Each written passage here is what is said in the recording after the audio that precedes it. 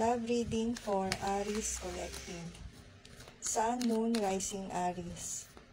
Walang nakaalat na date or week kung kailan mo ito mapapanood, ay yun yung time para marinig mo yung messages. Titignan natin yung current energy check.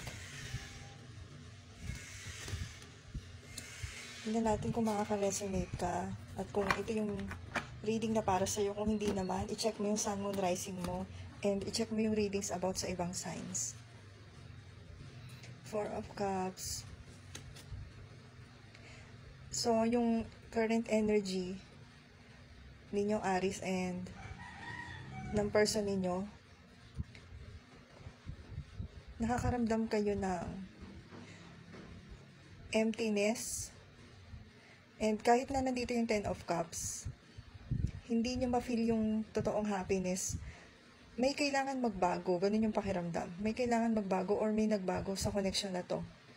Kaya yung isa sa inyo nakakaramdam ng emptiness and parang yung isa naman naboboard or yung iba naboboard na sa connection na to.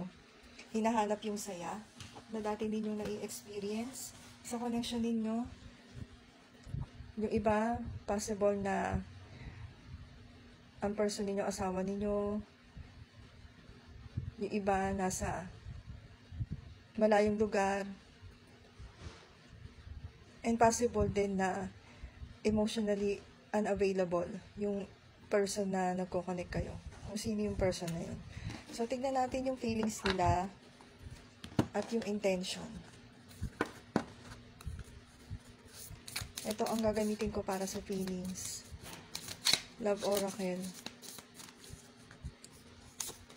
Feelings nila. Kay Aries Collective. Ito yung intention.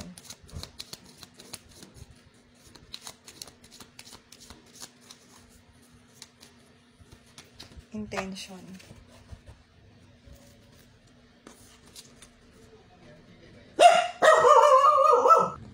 Sorry guys.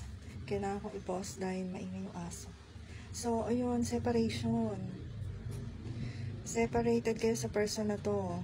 Sadness, missing you, thinking about you, yearning, unsafe. Katulad nung nasa energy check natin kanina. Ano yung intention nila? Rider. Iisip sila, guys, kung magbe-message sila sa inyo. Iniisip din nila kung makaka-receive ba sila ng message galing sa inyo. Naghihintay sila. Naghihintay din. So, naghihintayan kayo, guys. Naghihintayan kayo. Tignan naman natin yung action nila towards sa inyo, Aries Collective. Action nila towards sa Aries Collective.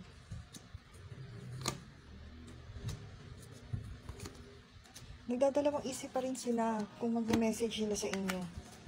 Naghihintay pa rin sila ng sign. Kung ano ba yung dapat nilang gawin. May hinahanap pa rin sila na sign or sagot. Meron silang tinatanong deep inside nila kung dapat ba silang mag-message or mag-take action. Dapat ba nila kayong kontakin. So, ano yung possible na reaction ninyo dito sa ganitong sitwasyon? Possible na reaction ninyo. Collective, Aries Collective.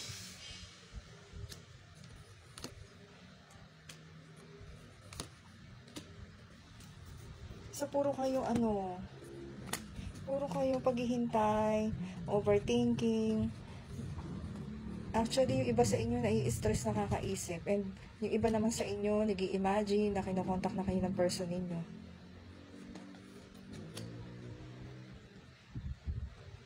Nagkikreate ng illusion na yung person ninyo ay nagko-connect na sa inyo. Kinokontak na kayo.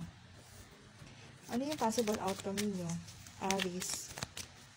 Aries love message. Possible outcome.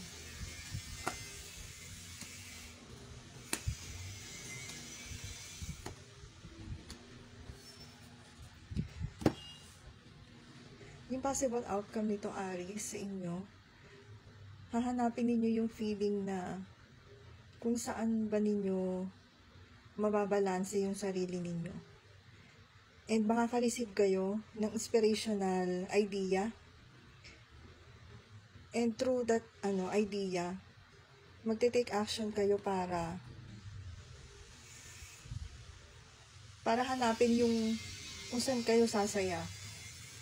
Matitigil na yung pag-iisip ninyo tungkol dito sa person ninyo. Mahanap niyo yung balance. Aries. Okay, thank you, Aries. Kung gusto mo ng private reading, i-PM nyo ako. Thank you.